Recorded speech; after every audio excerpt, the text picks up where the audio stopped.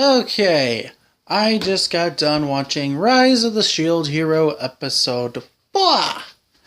And I got to say right away, I'm really liking this anime more than I originally expected. If you watched a full 20-minute video yesterday or the day before, you understand, I really didn't have any hopes for it because the isekai genre has been drawn out so much. But this is what you kind of end of an arc, I'm guessing. Because, one, I am the sword and bow hero. I am like happy with them for what they did in this episode. This episode takes place after the third episode, after the shield hero saved the village, and you have the other heroes defeating the mob boss. Here it's revealed officially that Miyu, the one that accused him of rape, is the princess. And that's when it clicks in his head. She used him to basically make herself look more vulnerable for the spear hero. And I was right. The spear hero is a complete and total doofus not catching on to what's going on. Because they're at a party for them getting a reward, and Nafumi's like, I don't want to be here, but it's for the reward, so why not? And, his partner, Raphtalia, she's having a good time. She's starting to feed him and everything. And then Miss Bitch decides to go up to the spear hero and say, oh, he has that girl as a slave. Please save her. Which makes the spear hero's ego flare up, challenging the shield hero to the duel. And this is where things get interesting. It's a one-on-one duel. Sadly, because of how these legendary weapons work, you cannot wield anything other than the weapons. So he's kind of screwed on that front. But we actually get to see what more the shield can do. We can, thanks to them beating the twin-headed dog, he has a twin-headed dog attachment, which he can use to attack with. And they proceed to go into a duel. And he does my favorite tactic with those freaking balloon monsters and basically uses them as an offensive tool. It is funny. I'm still hoping he still does this throughout the series because it's just a funny trope. That's just my own opinion. And it seems like he's won, even though he does admit he's a cheat, and he's about to say, okay, where should I do this? Are you going to give up, or where should I do this next? Your face or your groin? All of a sudden, he gets knocked on the ground by wind magic from Miss Bitch. This is supposed to be a one-on-one duel. Well, because of that, the spear hero took his chance and basically defeated Nafumi. Then they do, I think, either this is a hallucination caused by his depression, because now he realized that everything's been turned against him. He even points out, hey, she threw a spell. I know every one of you saw it. And no one's going to speak up because the king pretty much covered it up. Everything started to make sense. He's sitting there in despair. He has a hallucination. And he still thinks Raphtalia is a little kid. And all of a sudden, he thinks that she's abandoning him. What's really happening, she goes right up to the spear hero and goes, who told you to save me? He had you enslaved. He could be brainwashing you. She goes down the list of all he's done. He's the one that saved her from her illness, near death, fed her, took care of her. The only time that he ever used the curse mark was to get her to fight. Well, forcing people to fight is wrong. Well, yeah, he can't fight. He can't wield a weapon. He has to fight alone. Well, see, that's a moral gray area in itself.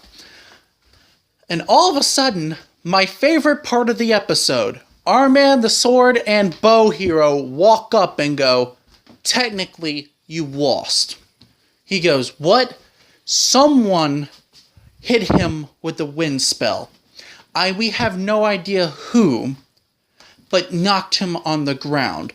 And as the demi-human Raphtalia is jumping on the spear hero, That's when the princess's true colors go through. She basically says, "Oh, you damn demi-human."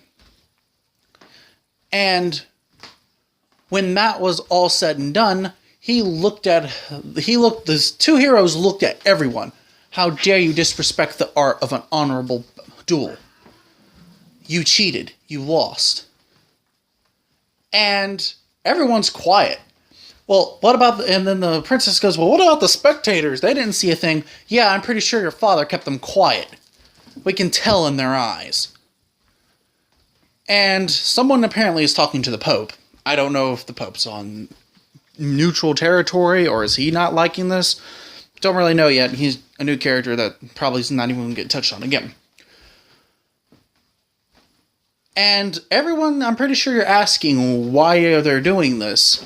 Well, it was hinted at in the second episode that the previous S.H.I.E.L.D. hero was more of a hero to the demi-humans. And the demi-humans, they get treated like shit. And we find out more why on that at the end of the fourth episode. This is a shout out to Phil because he mentioned that they mentioned this in the third episode. I had to go back and watch it. They didn't mention it. They hinted at it.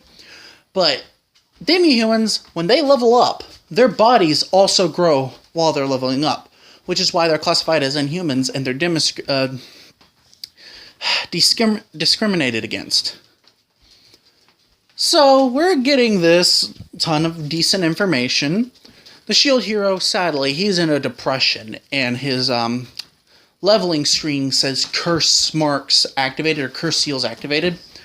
And it's kind of see that this is being hinted at in the opening with them all going red eyes, and it looks like he's about to turn into a malicious monster. But she goes up to him, and he finally sees her as an adult, and it's hilarious because he thinks she betrayed him. She goes, no, look at all the good stuff you did.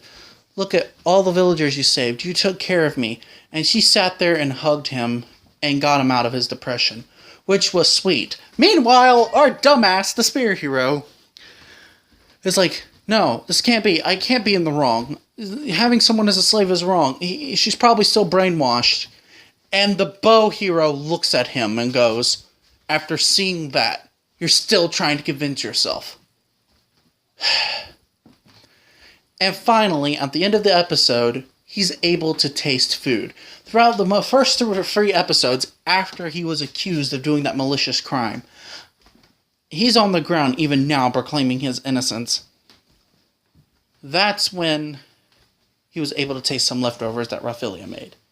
It's sweet, and I'm really enjoying this, and I'd like to see how far the story is going to go. I like the turnaround for the bow hero and the sword hero, because they weren't as much as dicks. They were just like professional gamers, and they thought of him as a noob, and not only that, he had a shield. If we go from a Dark Souls perspective, some of the top players don't use shields. Either they call it a handicap, or they say it's for noobs and get good. Me personally, I don't use a shield, mostly because I played Bloodborne, and if any of you played Bloodborne, you kind of know why I'm already weaned of not using a shield, and yeah.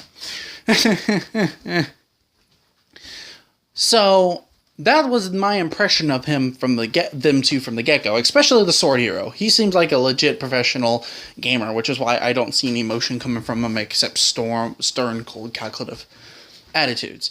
Even then, when he met up back in the third episode, like I said, he just said, don't get in my way. It wasn't a threat towards him or anything. It's like he didn't care. Yeah, when they heard that he had a slave, he mentions, oh man, I didn't think he could stoop any lower. But I don't think he really cares. But the bow hero seems to be really concerned about the situation.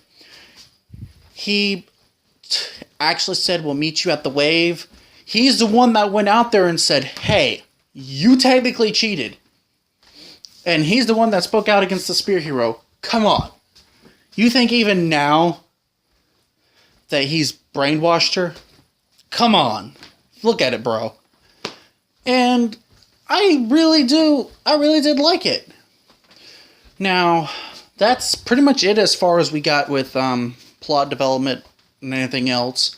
I still don't want you looting the poor raccoon girl. I don't care. Please don't loot her. Just don't. And hopefully we can see this play out more in future episodes. This is Dark Lord Diablos. Subscribe, like, or dislike. Ciao.